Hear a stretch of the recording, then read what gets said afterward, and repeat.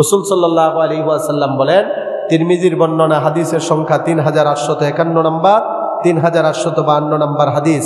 আল্লাহ রাসূল একবার সাহাবায়ে কেরামকে বলেন, ইদা মারারতুম বিরিয়াজিল জান্নাতি ফারতাউ, যখন তোমরা জান্নাতের বাগানের পাশ দিয়ে যাবে, জান্নাতের বাগান থেকে তাজা পাকা ফলগুলো তোমরা সংগ্রহ করে নিবে। সুবহানাল্লাহ।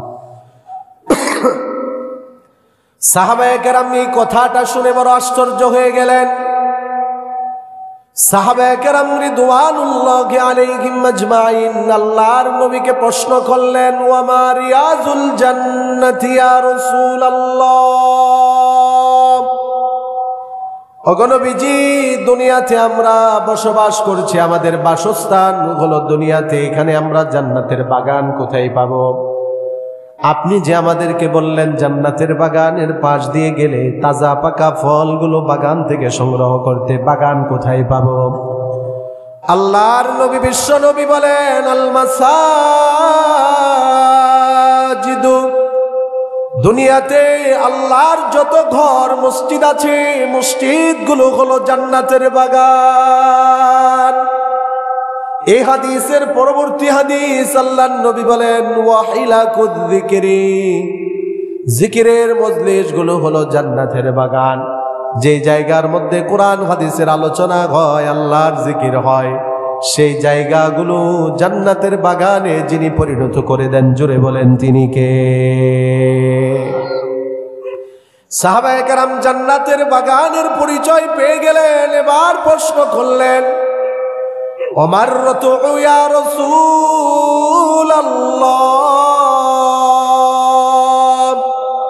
ওগো নবীজি, জান্নাতের বাগানের পরিচয় আমরা পেয়ে গেলাম, এবার আপনি আমাদেরকে বলে দেন জান্নাতের বাগানের ফল কি জিনিস?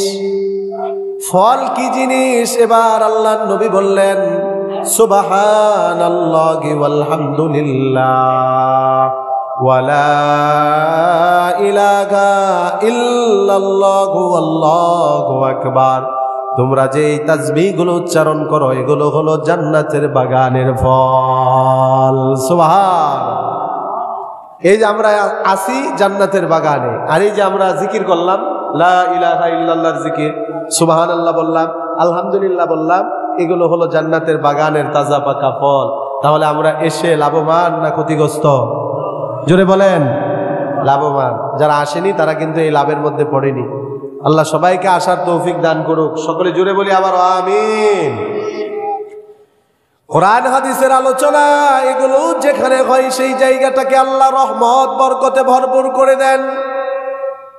আর কোরআন হাদিসের আলোচনা যারা শুনে জীবনে আমলে পরিণত করে, তাদের জীবনে যতই অন্ধকার থাকুক, আল্লাহ তাদেরকে অন্ধকার থেকে বের করে আলোর পথ, জান্নাতের পথ দেখিয়ে দেন।